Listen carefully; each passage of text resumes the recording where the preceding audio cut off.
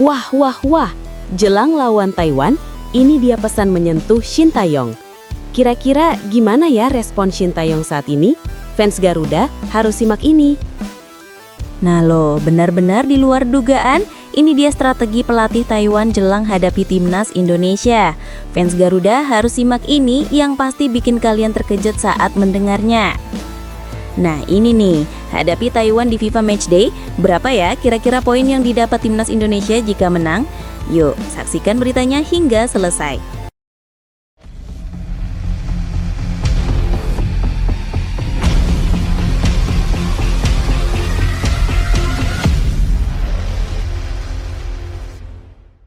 Mohon subscribe channel Timnasku Indonesia agar tidak ketinggalan informasi Timnas Indonesia. Pesan menyentuh Shin Tae-yong jelang hadapi Taiwan di FIFA Matchday. Menjelang laga FIFA Matchday antara timnas Indonesia melawan China Taipei di Stadion Gelora Bung Tomo, Surabaya Jumat malam 5 September 2025, ada satu momen emosional yang menyita perhatian publik sepak bola tanah air. Bukan hanya soal strategi Patrick Kluivert yang tengah membangun pondasi baru untuk Garuda, tetapi juga karena munculnya pesan menyentuh dari mantan pelatih timnas Indonesia, Shin Tae-yong.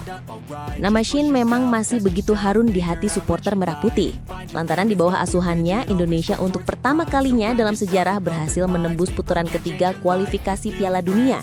Pencapaian tersebut menjadi catatan emas yang belum pernah diraih sebelumnya, sekaligus mengangkat harga diri sepak bola Indonesia di level internasional. Kehadiran pesan dari Shin jelang laga kontra China Taipei menambah nuansa emosional, terutama bagi fans yang masih mengeluh-elukan sosoknya.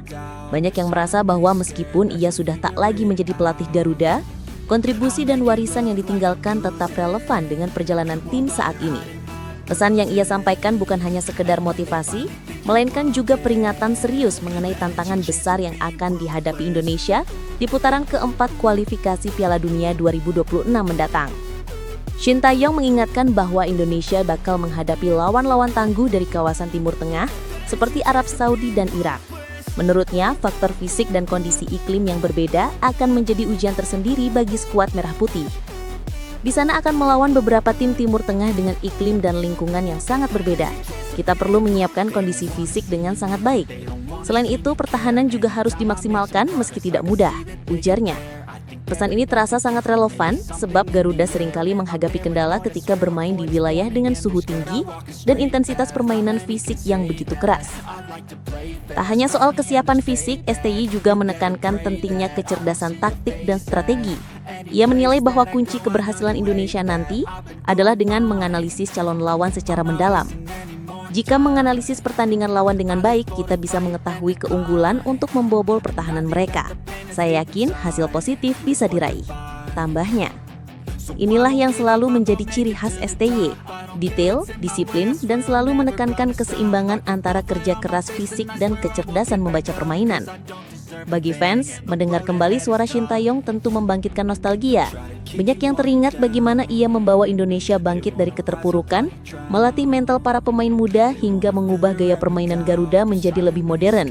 Kini, meskipun tongkat kepelatihan telah berpindah ke tangan Patrick Kluivert, pesan Shin menjadi semacam pengingat bahwa jalan Indonesia menuju Piala Dunia masih panjang dan penuh ujian. Uji coba melawan Taiwan serta Lebanon hanyalah batu loncatan kecil untuk mempersiapkan diri menghadapi raksasa Asia di babak kualifikasi mendatang. Patrick Kluivert sendiri diperkirakan akan mencoba berbagi formasi baru pada laga kontra Taiwan. Mauro Zylstra, salah satu pemain muda, disebut bakal diberi kesempatan bermain sejak awal. Dengan demikian, pertandingan ini bukan hanya sekedar uji kekuatan, tetapi juga kesempatan bagi para pemain untuk membuktikan diri. Namun di balik itu semua, pesan Shin Tae-yong seolah menjadi jembatan antara masa lalu dan masa depan. Bahwa Garuda kini terbang lebih tinggi, tetapi jangan pernah lupa dengan tantangan yang menanti di depan. Bagi publik sepak bola nasional, kehadiran pesan menyentuh dari STY jelang laga ini menegaskan betapa besar cintanya terhadap Indonesia, meski ia kini sudah tidak lagi menjadi bagian dari tim. Fans Garuda tentu tak akan pernah melupakan jasanya, dan kini pesan tersebut bisa menjadi motivasi tambahan bagi skuad Patrick Kluivert untuk menjaga semangat juang. Pertanyaannya, apakah timnas Indonesia bisa menjawab pesan penuh makna dari Shin Tae-yong dengan penampilan solid di lapangan? Tulis pendapat kalian di kolom komentar.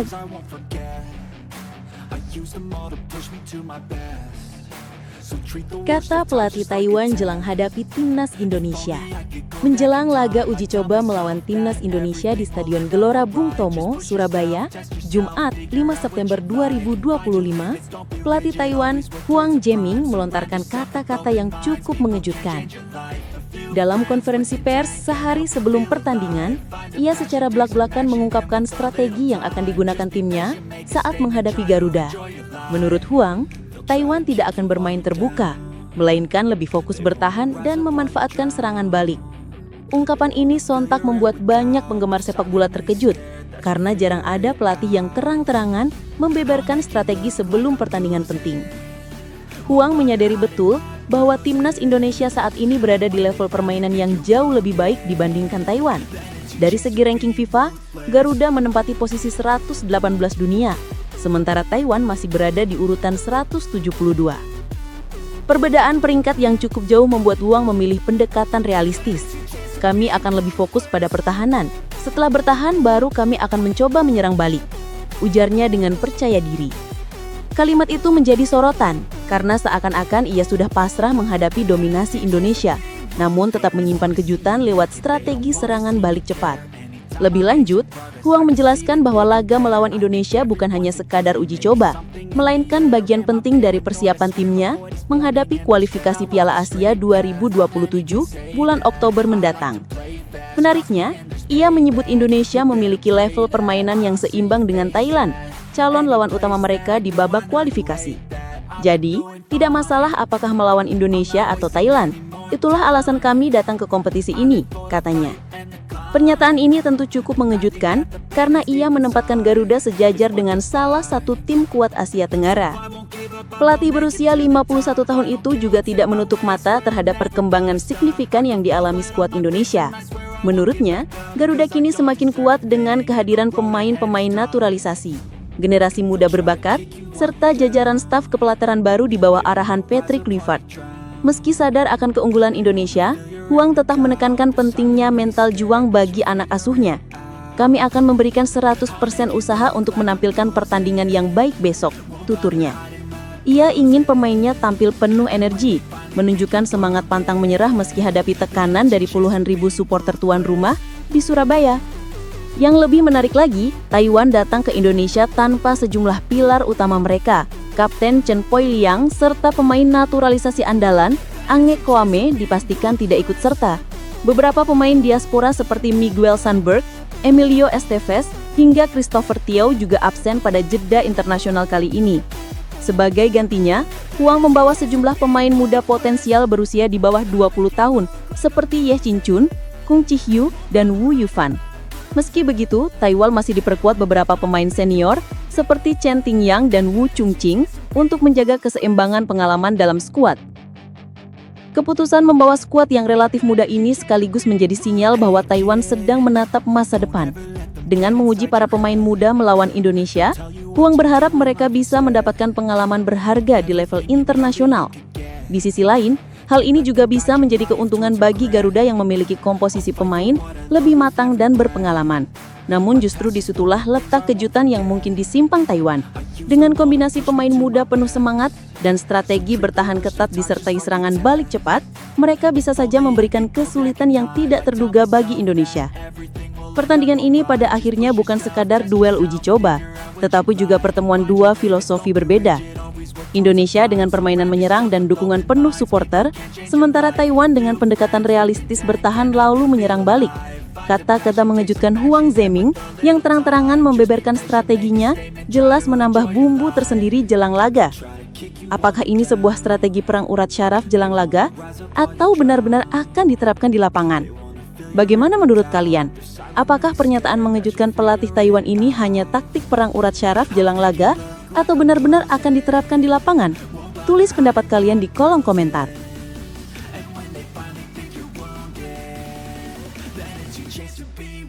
Poin Timnas Indonesia lawan Chinese Taipei. Di FIFA Matchday edisi September 2025, Timnas Indonesia akan menghadapi Chinese Taipei di Stadion Gelora Bung Tomo, Surabaya pada Jumat malam 5 September 2025. Pertandingan ini bukan sekadar uji coba biasa, melainkan juga memiliki dampak signifikan terhadap posisi Indonesia di ranking FIFA. Pasukan Patrick Kluivert tentu ingin menjadikan laga ini sebagai modal berharga sebelum menghadapi agenda besar berikutnya, baik di level Asia maupun persiapan menuju kualifikasi Piala Dunia. Namun, di balik atmosfer laga persahabatan, ada hitung-hitungan yang menarik untuk disorot, yakni potensi pergerakan poin ranking FIFA Garuda, baik jika menang, imbang, maupun kalah. Saat ini timnas Indonesia menempati posisi ke-118 dunia, sedangkan Chinese Taipei masih berada di urutan ke-172. Secara peringkat, jarak antara kedua tim memang cukup jauh, sehingga secara teori Indonesia diunggulkan. Akan tetapi, di sepak bola tidak ada jaminan mutlak, apalagi jika melihat semangat juang Chinese Taipei yang dilatih oleh Huang Zhiming. Ia menegaskan bahwa timnya akan tampil habis-habisan di Surabaya, meski secara kualitas dan peringkat berada jauh di bawah Indonesia. Dari sudut pandang ranking FIFA, inilah yang membuat laga ini menjadi pedang bermata dua bagi Garuda. Berdasarkan sistem perhitungan FIFA, kemenangan Indonesia atas Chinese Taipei akan memberikan tambahan 3,25 poin. Angka itu memang terlihat kecil, tetapi cukup berarti dalam peta persaingan ranking. Dengan tambahan tersebut, Indonesia berpotensi naik ke peringkat 116 dunia, melewati Libya dan Zimbabwe. Lonjakan 2 tingkat tentu akan memberikan dorongan moral besar bagi para pemain, sekaligus memperkuat posisi Garuda di jalur menuju 100 besar dunia yang menjadi target jangka menengah. Namun, jika pertandingan berakhir imbang, Indonesia justru akan kehilangan 1,75 poin. Sekilas nilainya tidak terlalu besar, tetapi kerugian ini bisa memperlambat progres yang sudah diperjuangkan selama beberapa bulan terakhir. Lebih buruk lagi, jika sampai kalah dari Chinese Taipei, Indonesia berpotensi kehilangan 6,75 poin. Kerugian sebesar itu bisa membuat peringkat Indonesia kembali melorot cukup jauh, apalagi karena lawan yang dihadapi adalah tim dengan ranking jauh lebih rendah. Kekalahan semacam itu tentu akan dianggap sebagai langkah mundur, bukan hanya di mata fans, tetapi juga dalam hitungan resmi FIFA. Patrick Kluivert sendiri menyadari bahwa pembicaraan soal poin ranking FIFA adalah hal yang penting, tetapi ia lebih menekankan pada performa tim. Menurutnya, yang terpenting bukan siapa lawan yang dihadapi, melainkan bagaimana Indonesia bermain dengan konsistensi dan disiplin. Ia menegaskan bahwa timnya sudah melakukan persiapan maksimal dan berharap para pemain bisa menunjukkan hasil latihan di lapangan. Fokus utama saya tetap pada tim sendiri. Kami ingin menekan lawan sejak awal, dan saya yakin para pemain siap melakukannya, ungkap Patrick Kluivert. Jika menengok sejarah pertemuan kedua tim, Indonesia memang punya catatan yang cukup positif. Dari 7 kali duel terakhir, Garuda memenangkan 6 pertandingan, sementara Chinese Taipei hanya sekali menang pada tahun 1981. Pertemuan terbaru terjadi pada 2021 di kualifikasi Piala Asia, di mana Indonesia menang 2 kali, masing-masing dengan skor 2-1 dan 3-0. Statistik ini jelas menempatkan Garuda sebagai favorit, tetapi justru disitulah tantangan sesungguhnya. Tim dengan peringkat lebih rendah tidak punya beban besar, sementara Indonesia harus tampil sempurna agar tidak kehilangan poin berharga. Dengan segala hitung-hitungan poin FIFA ini, laga kontra Chinese Taipei tidak bisa dianggap enteng. Indonesia punya peluang emas untuk memperbaiki posisi ranking, tetapi juga menghadapi risiko besar jika gagal menang. Pertanyaannya, apakah skuad Garuda mampu memaksimalkan momentum ini untuk terus merangkak naik? Atau justru akan tergelincir karena tekanan ekspektasi tinggi? Bagaimana menurut kalian?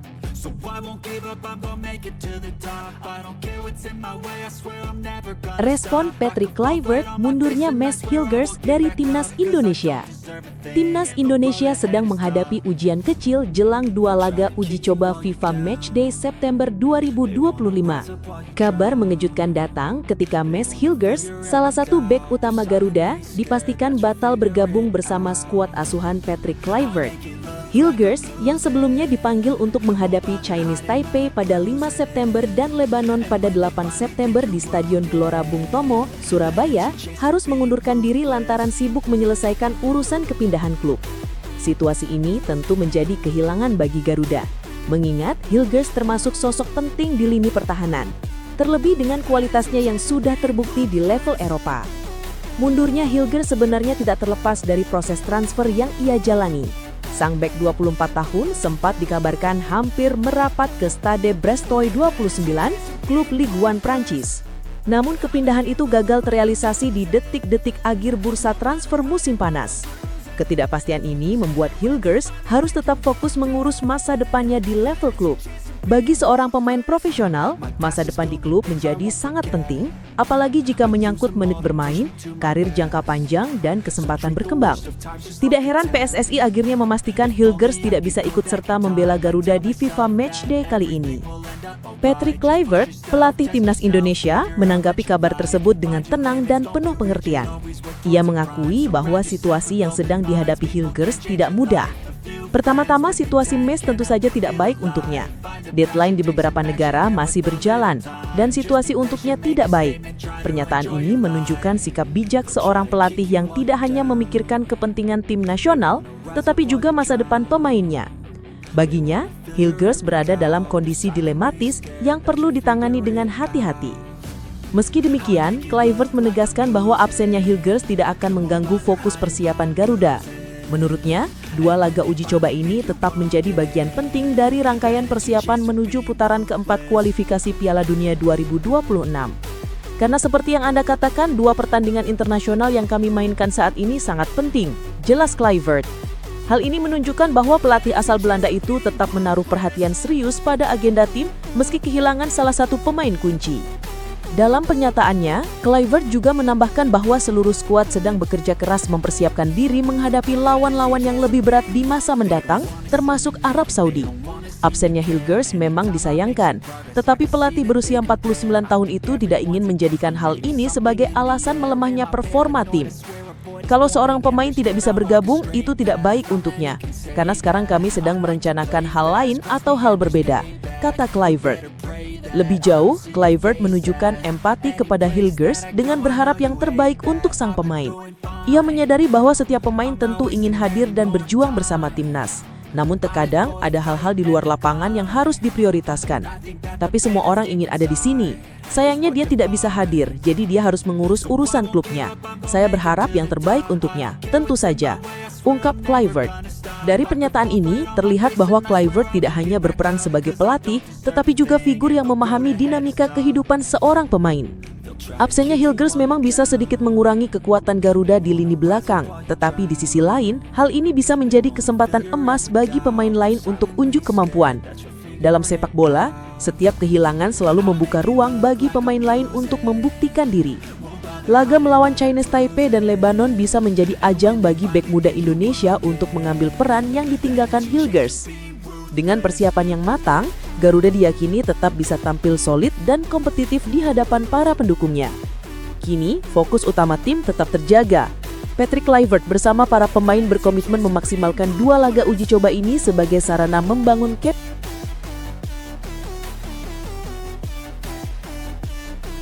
Masih bisa lolos, ini cara termudah timnas Indonesia U23 lolos Piala Asia U23 2026. Langkah awal timnas Indonesia U23 di kualifikasi Piala Asia U23 2026 memang tidak berjalan sesuai harapan. Bermain di hadapan puluhan ribu pendukung sendiri di Stadion Gelora Delta Sidoarjo, pasukan muda Garuda harus puas dengan hasil imbang tanpa gol melawan Laos. Padahal, sepanjang pertandingan mereka tampil dominan, menguasai jalannya laga, serta menciptakan sejumlah peluang emas.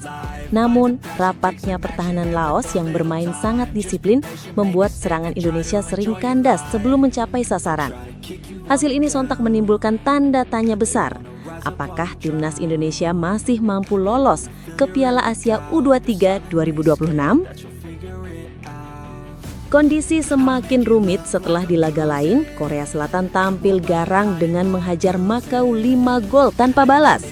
Kemenangan tersebut langsung menempatkan Korsel di puncak klasemen grup J dengan 3 poin penuh.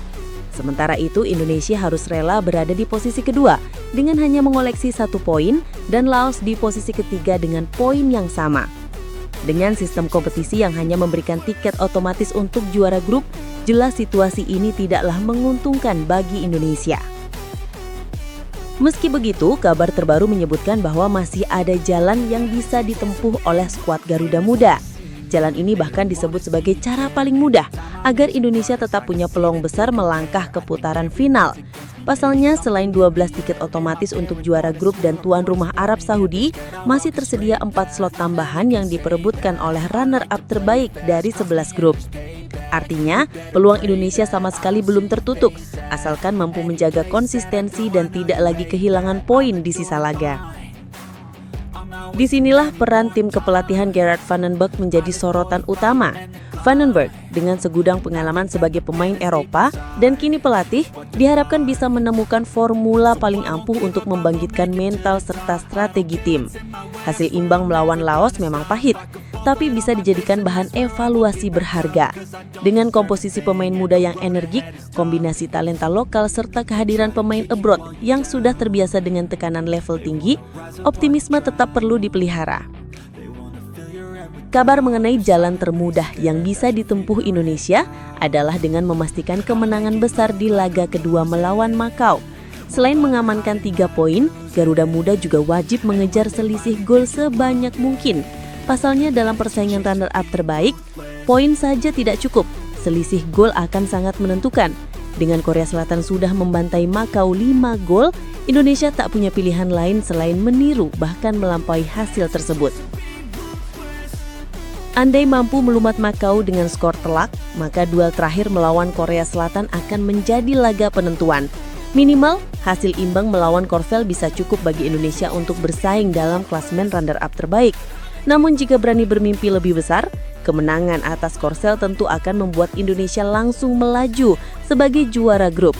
Inilah momentum yang bisa menjadikan Garuda Muda sebagai kejutan besar di Asia. Dengan strategi tepat dari tim kepelatihan, disiplin tinggi di lapangan, serta dukungan penuh dari para supporter, cara ini dinilai paling ampuh menjadikan Timnas Indonesia U23 bukan hanya sekadar peserta, melainkan calon raja baru di kancah sepak bola Asia. Kini semua kembali pada mental dan konsistensi para pemain. Apakah mereka mampu menjawab tantangan ini atau justru kembali terjebak dalam tekanan? Bagaimana menurut kalian? Apakah jalan termudah ini benar-benar bisa diwujudkan oleh Timnas Indonesia U23? Atau masih ada strategi lain yang lebih jitu untuk memastikan Garuda Muda lolos ke Piala Asia U23 2026? Tulis pendapat kalian di kolom komentar.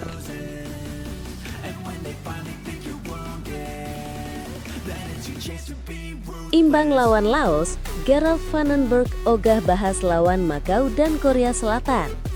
Pertandingan perdana Timnas Indonesia U23 di ajang kualifikasi Piala Asia U23 2026 benar-benar menyisakan tanda tanya besar bagi publik sepak bola tanah air.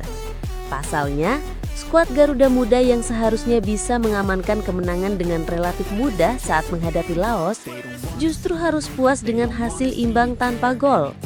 Laga yang digelar di Stadion Gelora Delta Sidoarjo pada Rabu malam 3 September 2025 seakan menjadi ujian mental dan kualitas bagi para pemain muda Indonesia. Banyak fans yang terkejut dan bahkan kecewa karena kemenangan yang sudah mereka prediksi ternyata tidak terjadi. Pertanyaan pun mulai bermunculan, apakah ini sinyal awal dari inkonsistensi atau justru teguran agar tim segera bangkit di laga-laga berikutnya? Hasil imbang ini semakin menimbulkan rasa penasaran karena secara kualitas Indonesia dinilai lebih unggul dibandingkan Laos. Publik menganggap laga perdana seharusnya menjadi ajang pemanasan dan ajang pembuktian bahwa skuad asuhan Gerard van den Berg mampu tampil dominan.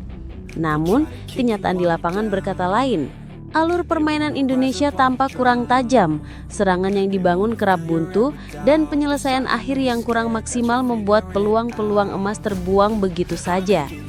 Inilah yang membuat fans Garuda merasa was-was, apalagi dua laga berat sudah menanti di depan mata, yakni melawan Makau dan Korea Selatan. Menariknya, setelah pertandingan, pelatih asal Belanda tersebut memilih untuk tidak membahas panjang lebar mengenai dua lawan berikutnya. Gerard van den Berg justru dengan tegas menyatakan bahwa ia tidak ingin memikirkan Makau atau Korea Selatan secara khusus. Baginya, satu hal yang terpenting adalah mentalitas tim. Van den Berg menegaskan, jika Indonesia ingin lolos ke putaran final Piala Asia U23, maka tidak ada pilihan lain selain memenangkan kedua pertandingan itu. Kalimat tegas yang ia lontarkan, saya tidak peduli dengan Korea, saya tidak peduli dengan Makau. Anda harus menang atas keduanya untuk bisa lolos. Menjadi sebuah sinyal bahwa dirinya ingin mengubah fokus tim ke arah mental juara, bukan sekedar analisis lawan. Pernyataan Vandenberg ini cukup menarik perhatian banyak pihak. Biasanya, seorang pelatih akan memberikan komentar taktis atau menyoroti kekuatan lawan yang akan dihadapi. Namun kali ini, ia memilih untuk membangun mentalitas kuat Garuda Muda agar tidak takut dengan siapapun. Sikap ini tentu bisa menjadi suntikan motivasi, tetapi di sisi lain juga menimbulkan pertanyaan. Apakah memang sudah ada kepercayaan penuh pada kualitas tim, atau justru ini cara Vandenberg menutupi kelemahan yang masih terlihat jelas saat melawan Laos? Jika melihat klasemen sementara grup J, Indonesia memang tidak punya banyak waktu untuk berleha-leha. Hasil imbang melawan Laos membuat mereka baru mengoleksi 1 poin, sama dengan Laos. Sementara itu, Korea Selatan sudah melaju dengan percaya diri setelah menang telak 5 gol tanpa balas atas Makau. Situasi ini jelas membuat pertandingan kedua melawan Makau menjadi laga wajib menang, bahkan kalau bisa dengan skor besar. Sebab, hanya dengan kemenangan besar itulah peluang Garuda Muda untuk lolos semakin terbuka, baik dengan status juara grup maupun berharap masuk 4 besar runner-up terbaik. Kini semua sorotan tertuju pada bagaimana Garuda Muda bisa bangkit dari hasil mengejutkan melawan Laos. Apakah mereka akan menunjukkan performa berbeda saat melawan Makau dan Korea Selatan? Atau justru terjebak dengan tekanan yang semakin besar dari publik dan media? Gerard Vandenberg tampaknya memilih jalur membangun mentalitas juara dengan tidak ingin tim terlalu fokus pada nama besar lawan. Pertanyaannya, apakah strategi ini bisa berhasil? Lalu bagaimana menurut kalian? Apakah hasil imbang melawan Laos ini tanda bahaya bagi perjalanan Timnas Indonesia U23 di kualifikasi Piala Asia U23 2026? Ataukah justru sebuah pelajaran berharga yang akan membuat tim semakin solid dan bermental juara di laga berikutnya? Tulis pendapat kalian di kolom komentar.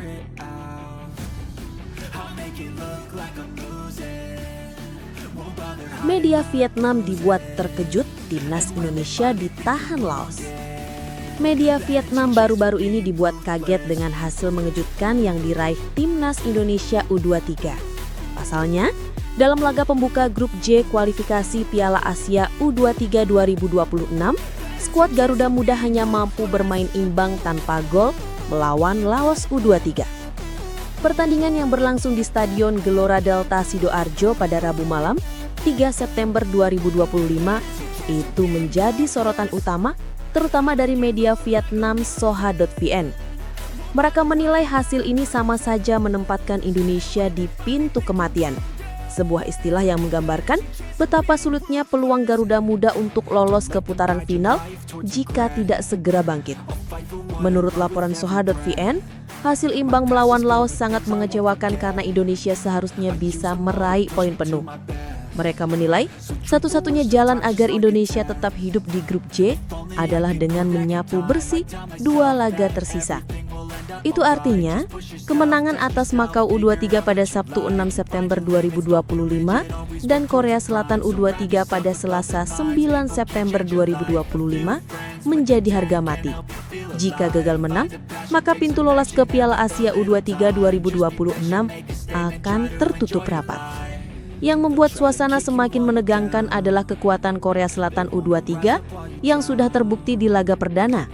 Mereka berhasil menghajar Makau U23 dengan skor telak 5-0, sebuah hasil yang langsung menunjukkan dominasi dan kualitas kuat Taeguk Warriors. Tidak hanya itu, Soha.vn juga menyoroti komposisi pemain Korea Selatan yang rata-rata merupakan pemain reguler di Liga 1 Korea Selatan, bahkan ada yang merumput di klub Jerman Kaiserslautern. Fakta ini membuat media Vietnam semakin ragu apakah Timnas Indonesia U23 bisa menahan atau bahkan mengalahkan Korea Selatan. Soha.vn menyebutkan dengan tegas bahwa target mengalahkan Korea Selatan terlalu sulit bagi Indonesia. Apalagi, performa Garuda Muda dianggap masih jauh dari kata meyakinkan setelah ditahan imbang Laos. Dengan situasi ini, tekanan semakin besar bagi pelatih Gerard Vandenberg dan anak asuhnya. Mereka harus menunjukkan performa luar biasa, bukan hanya untuk menjaga peluang lolos tetapi juga demi mengembalikan kepercayaan publik dan supporter setia Timnas Indonesia. Media Vietnam juga menyinggung soal potensi penurunan prestasi yang bisa dialami Indonesia. Sebab, pada edisi Piala Asia U23 sebelumnya di Qatar tahun 2024, Garuda Muda sukses melaju hingga semifinal, sebuah pencapaian bersejarah yang membanggakan. Jika kali ini gagal lolos dari fase kualifikasi, tentu saja itu akan dianggap sebagai kemunduran besar. Harapan masyarakat Indonesia yang begitu tinggi bisa berubah menjadi kekecewaan mendalam jika tim tidak segera bangkit di laga-laga berikutnya. Gerald van den Berg kini dituntut untuk menemukan solusi instan.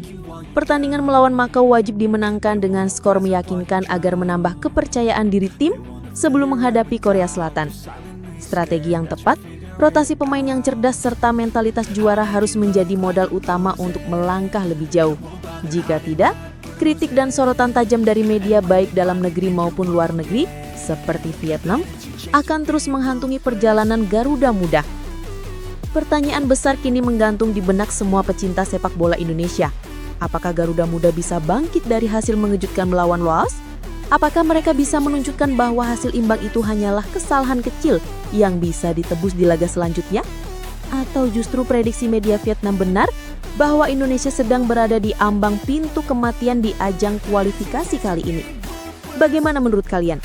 Apakah timnas Indonesia U23 bisa membalikan keadaan dan membungkam keraguan media Vietnam? Atau hasil imbang melawan Laos memang sinyal bahaya serius? Tulis pendapat kalian di kolom komentar.